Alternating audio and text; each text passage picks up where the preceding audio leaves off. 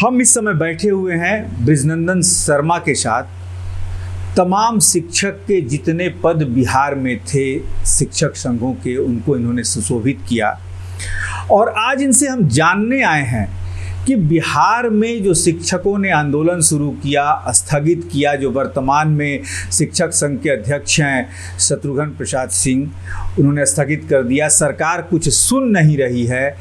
शिक्षकों का भविष्य जो है, चाहे वो नियोजित शिक्षक हों, दूसरे तरीके के जो भी शिक्षक बिहार में, उनका भविष्य एक तरीके से अधर में लटका है। हम बृजनंदन बाबू से ही जानेंगे कि उनके समय से लेकर अभी तक क्या आमूलचूल परिवर्तन हो गया। बृजनंदन बाबू, आपका स्वागत है पहले हमारे चैनल में। आपका बहुत बहुत धन्यवाद है आपको। क्यों ऐसा क्यों हो रहा है? शिक्षकों का भविष्य क्यों अधर में लटका हुआ है, जब आपने इतनी लड़ाइयाँ लड़के सब कुछ सही दिशा में ला? एक उदाहरण आपको शुरू में देंगे जी कि कोठारी कमीशन की एक रिपोर्ट आई थी, वो सेंट्रल की थी, और कोठारी कमीशन की रिपोर्ट को लागू सिर्फ बिहार ने ही करवा लड़ करके। मुझे सत्येंद्र बाबू के वक्त में बुलाहट हुई कि आप मखदूमपुर चाहे यहाँ बेला से लड़िए। हम कहा कि मैं नहीं लड़ूंगा, हम तो सरकार से लड़ने वाले आदमी हैं, बराबर से लड़ते हैं। तो खैर, सोचिए, जिस व्यक्ति को राजनीति में आने की सलाह दी जा रही हो कि किसी न किसी क्षेत्र से लड़िए, लेकिन शिक्षकों के अधिकारों के लिए वो व्यक्ति इतना सजग था कि नहीं, उसने राजनीति छोड़ दी। आज यदि आप किसी को कहिए कि विधायक और सांसद बनना है तो तुरंत लोग कहेंगे टिकट दिलवा दीजिए, लड़ाई लड़ लेंगे अपने पॉकेट को भरने के लिए। लेकिन आप देख रहे हैं बृजनंदन बाबू को कि वो राजनीति में नहीं गए, शिक्षक संघ की लड़ाई में हमेशा शामिल रहे। इतना सब कुछ आप लड़ाई लड़े, शिक्षकों की मांगों को सरकार को माने दबा कर आपने मनवा लिया। आज के जो अध्यक्ष हैं शत्रुघ्न प्रसाद सिंह, आंदोलन बुलाते हैं पटना में, कैंसिल कर देते हैं, कहते हैं रोक दीजिए इसको, मुख्यमंत्री हमारी बातों को मान लिए हैं। मुख्यमंत्री कुछ नहीं मानते, आखिर क्यों? वो राजनीति में रहते हैं, हम राजनीति के आदमी नहीं हैं। अंतर यही है, राजनीति में रहने से झूठ सच अपना जो करते हैं, और हम झूठ सच करके निभा नहीं सकते हैं। इसी के शिक्षकों के प्रति हमको बहुत ये है कि आज 50 वर्षों से अधिक से हमको लगातार हमारा कंटेस्ट कभी नहीं हुआ, चुनाव हुआ कभी कंटेस्ट नहीं हुआ। एकदम ऐसे ही जीत के आप निकलते थे? जीत का खड़ा हुए और लोग ताली बजा रहे हैं कि ना तो कोई दूसरा नाम नहीं है। अब देखिए, ये भी कितनी बड़ी चीज़ है कि जितने दिन तक शरीर काम इनका कर रहा था, शिक्षक का चुनाव, शिक्षक संघ का चुनाव नहीं होता था, सिर्फ खड़े होते थे और शिक्षक जो हैं, जो वोट देने के अधिकारी हैं, वो हाथ उठा देते थे, ताली बजा देते थे और बस निर्विरोध चुने जाते थे। बृजनंदन बाबू, अभी जो आप देख रहे हैं जो परिस्थिति शिक्षकों की मांग है, लाखों शिक्षक हैं, मांग है कि उनको सरकारी कर दिया जाए, समान काम समान वेतन दिया जाए, पेंशन की व्यवस्था हो, और नेता मलाई काट ले रहे हैं, शिक्षक अधर में चले जा रहे हैं। शिक्षकों को समझ में ही नहीं आ रहा है कि आखिर वो करें तो क्या करें। नहीं, कहना ये है हमारा कि जो सरकार है तो वोट के लिए बार बार कुछ ना कुछ कैसे लोगों को, जिसका कोई शिक्षा में महत्व नहीं है। शिक्षा में महत्व अगर है तो शिक्षकों का है, और देश को विकास कर सकता है तो शिक्षक ही कर सकता है। तो शिक्षक कर सकता है विकास, तो शत्रुघ्न बाबू भी तो शिक्षक हैं, तो क्यों नहीं कर रहे हैं विकास शिक्षकों का? क्यों लड़ाई लड़के फिर पीछे हट जा रहे हैं? शत्रुघ्न बाबू के बारे में मैं क्यों कुछ कहूँ? हाँ, लेकिन मैं यही चाहता हूँ और यही करता हूँ। शत्रुघ्न बाबू को तो करना चाहिए ना कुछ। हाँ, जरूर करना चाहिए। तो फिर लाखों शिक्षक जुटे पटना में, नहीं पटना में आंदोलन करने के लिए जुटे। उनकी शिक्षकों की लड़ाई को राजनीतिक पार्टी सीपीआई माले वालों ने हड़प लिया। शत्रुघ्न बाबू ने कहा कि हमारी बात हो गई है नीतीश कुमार जी से। विजय चौधरी जो उनके वित्त मंत्री हैं, उन्होंने सदन में कह दिया है कि ठीक है हम विचार करेंगे, और कुछ नहीं हुआ। आंदोलन को उन्होंने कहा कि यहीं पे आंदोलन, इस लड़ाई को अभी रोक देते हैं, मुख्यमंत्री विचार करेंगे विधानसभा की बैठक के बाद। आज भी शिक्षक जो आप घूम रहे हैं, शिक्षक ये सोच रहे हैं कि उनका क्या होगा। इस पर आपकी टिप्पणी चाहिए मुझे।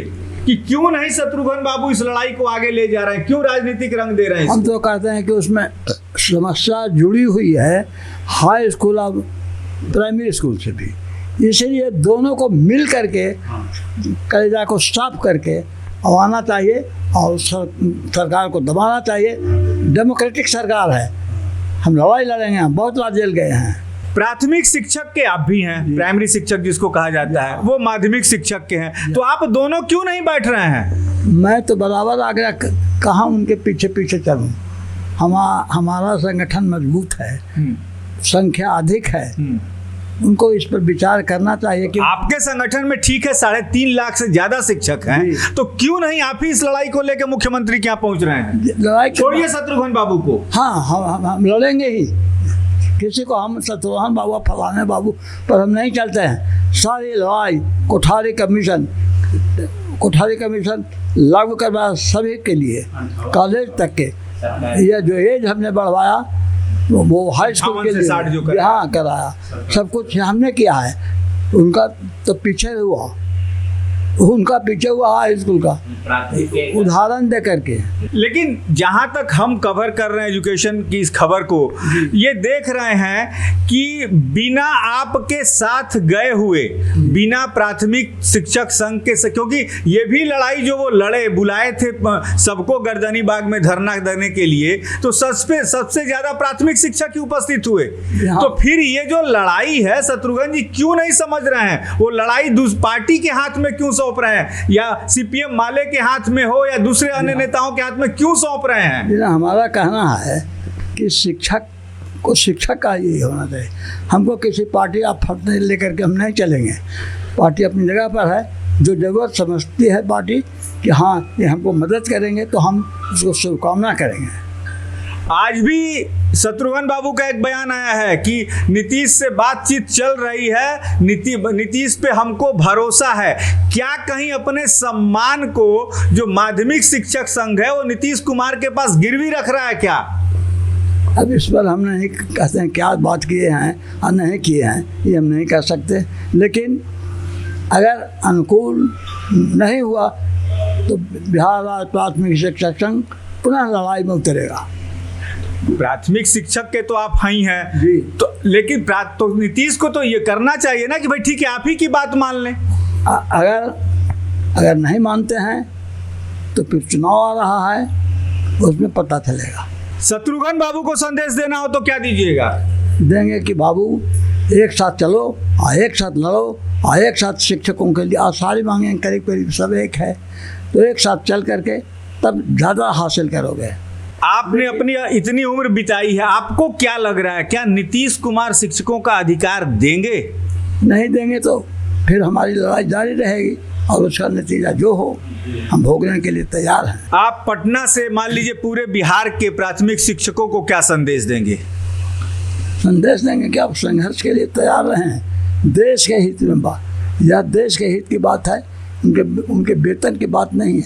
जब तक शिक्षा में का विकास नहीं होगा, शिक्षक आगे बढ़ेंगे नहीं, तब तक देश का विकास संभव नहीं है। ब्रिजनंदन बाबू, आप कह रहे हैं देश का विकास है, शिक्षकों के वेतन के लिए तो एसीएस जो के पाठक हैं शिक्षकों से बोरा बेचवाने लगे। हाँ, तो के पाठक जी ऐसे हैं कि वो भी तो आईएएस हैं, लेकिन वो भी किसी शिक्षक के पढ़ाए हुए ही आईएएस बने हैं। तो फिर क्यों अत्याचार कर रहे हैं शिक्षकों पे?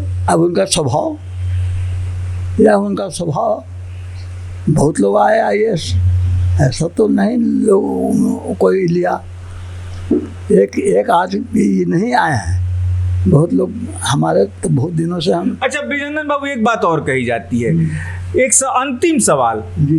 लोग कहते हैं, बहुत से हम लोग जब जाते हैं मिलते हैं, बच्चों के गार्जियन कहते हैं कि शिक्षकों में भी कहीं ना कहीं गलती है, इस पर आप क्या कहें?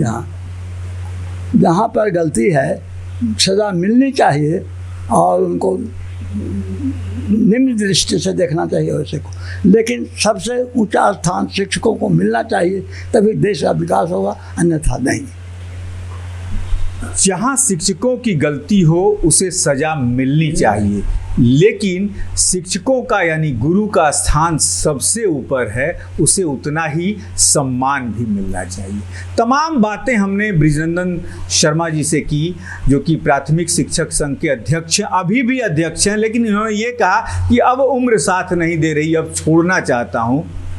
संख्या बल शिक्षकों का हो तो सबसे बड़ा संघ है, करीब 3.5 लाख से ज़्यादा शिक्षक हैं। देखना, जब हमने शत्रुघ्न सिंह पे सवाल पूछा तो उन्होंने कहा कि उनका संगठन छोटा है, हमारा बड़ा है, हमारे साथ यदि मिलकर वो लड़ें तो ये लड़ाई हम बहुत जल्द जीत सकते हैं। सबसे बड़ी बात अब ये आ रही है कि 2 से 3 दिन पहले बृजनंदन बाबू मिले हैं लालू यादव से। लालू यादव से बड़े अच्छे संबंध रहे हैं, पत्राचार हुआ है। अब ये देखना ये होगा कि लालू यादव ने बृजनंदन बाबू को आश्वासन दिया है कि निश्चित तौर पर हम कुछ ना कुछ करेंगे। क्या लालू यादव जिस समय मुख्यमंत्री थे 58 से 60 साल जो है रिटायरमेंट की उम्र बृजनंदन बाबू के कहने पे किया था, सच्चर कमेटी की रिपोर्टों को सब लागू हुआ था, क्या फिर से लालू यादव गुरुओं को वही सम्मान देते हुए बृजनंदन बाबू जो गए थे इनका भी सम्मान रखते हुए कुछ ना कुछ कार्रवाई निश्चित तौर पर करेंगे या नहीं, इन सारी खबरों पर हमारी नजर रहेगी। आप बने रहिए हमारे साथ।